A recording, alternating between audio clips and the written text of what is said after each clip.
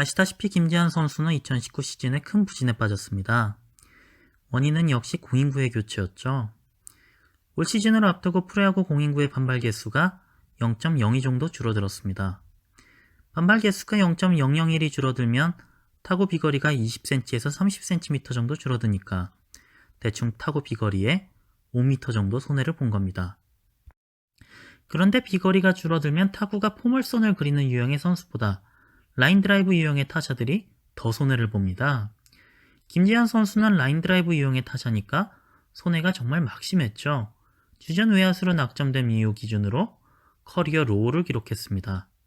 그럼에도 김지한 선수를 여전히 높이 평가하는 메이저리그 스카우트들이 존재합니다. 이분들은 이렇게 설명합니다. 김지한 선수의 올 시즌 부진이 크게 문제가 되지 않는다는 겁니다. 한국 프로야구는 공인구 교체로 홈런 개수가 급격하게 줄어들었지만 메이저리그는 완전히 사정이 다르다는 거죠.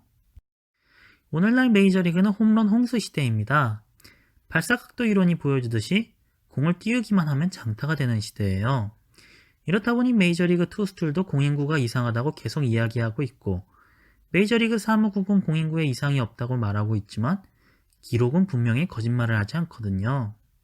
메이저리그 단일 시즌 최다 홈런 기록이 갱신된 것도 그렇지만 더 단적으로 보여주는 기록이 있습니다. 작년 시즌 트리플A 소속 퍼시픽 코스트 리그의 총 홈런 개수가 2097개였는데 올해는 3300개를 넘겼습니다.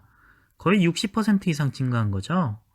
올 시즌부터 메이저리그 공인구를 도입했더니 이런 현상이 벌어진 겁니다. 분명히 공에 이상이 있습니다. 일단 오늘날 메이저리그 공인구가 바람에 저항을 덜 받기 때문이라고 설명하고 있지만 그것만으로는 설명이 안 되는 수준입니다. 마치 1987년 메이저리그의 공인구 조작이 확실하게 존재했던 이른바 레빗볼 사태처럼 지금의 공인구 역시 장타 생산에 굉장히 특화된 공인 것은 분명합니다. 그러다 보니 김지한 선수의 장타력은 메이저리그 진출 이후 충분히 회복될 수 있다고 판단하는 거죠. 그렇다면 이제 김지한 선수에 대한 메이저리그 스카우트들의 전반적인 평가를 살펴볼 필요가 있을 것 같습니다. 메이저리그 스카우트들과 이야기해보면 평가가 극명하게 엇갈리는 부분도 있지만 한 가지 부분은 확실하게 일치합니다.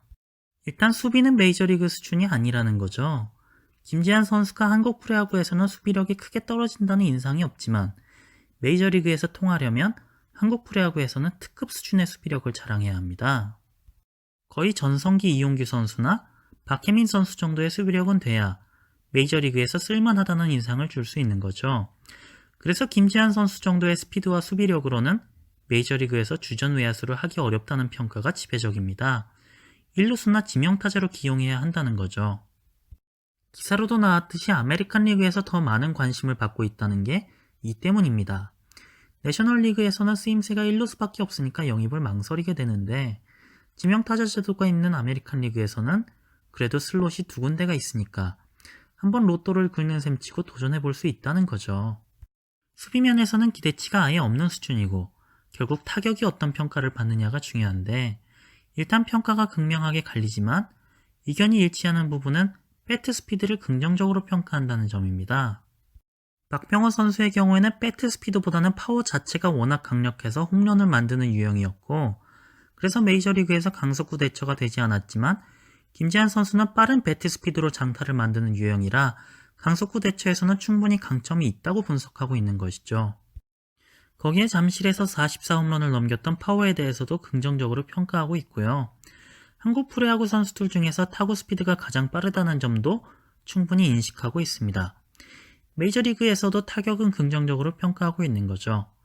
박병호 선수보다는 확실히 더 높게 평가하고 있습니다. 다만 수비가 불안정하고 그로 인해서 쓰임새가 한정적이다 보니까 전반적으로는 높은 평가를 받지 못하고 있습니다. 주전으로 써봐야겠다 라기보다는 보험으로 한번 영입해보면 괜찮지 않을까? 라는 느낌이 강합니다. 정리를 해보면 확실히 주전으로 기용하기 위해 영입했던 류현진 선수, 박병호 선수, 강정호 선수와는 입장이 다르다는 거죠. 오히려 잘하면 좋고 안되면 말고라는 마인드로 영입되었던 이대호 선수와 비슷한 입장입니다. 물론 이대호 선수는 한정된 기회 속에서도 계속해서 자신을 입증했고 결국 플래툰으로 꾸준히 출전하면서 나름대로 좋은 성적을 거뒀었죠. 김지한 선수도 결국 자기 하기 나름입니다. 지금 당장은 높은 평가를 받고 있지 못하지만 만약에 메이저리그에 진출해서 계속해서 좋은 모습을 보여준다면 기존의 저평가를 뒤집고 의외로 메이저리그에서 생존할 가능성도 충분히 있는 것이죠. 다만 아쉬운 점도 있습니다.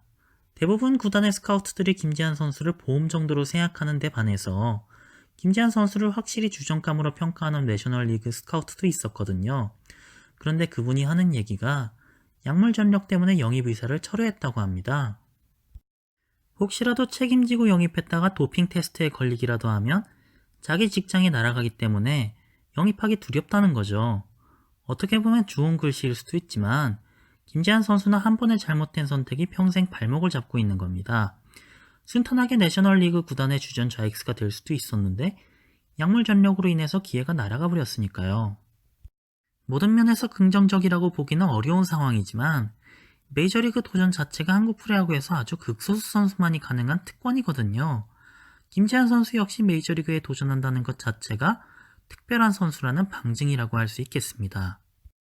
일단 한국 프로야구를 대표해서 도전을 선언한 만큼 한국 프로야구의 팬으로서 긍정적인 결과가 있기를 바랍니다. 지금은 많은 비난에 직면하겠지만 선수 본인이 감내해야 하는 부분이고 또 메이저리그에서 좋은 성적을 내면 한국 팬들은 분명히 응원해 줄 겁니다. 마치 같은 약물 전력이 있는 최지만 선수가 메이저리그에서 준수한 성적을 거두면서 이제는 호감으로 바뀌었듯이 말이죠. 오늘 준비한 소식은 여기까지입니다. 시청해주신 시청자 여러분 감사합니다. 지금까지 클라이맥스TV의 태양이었습니다.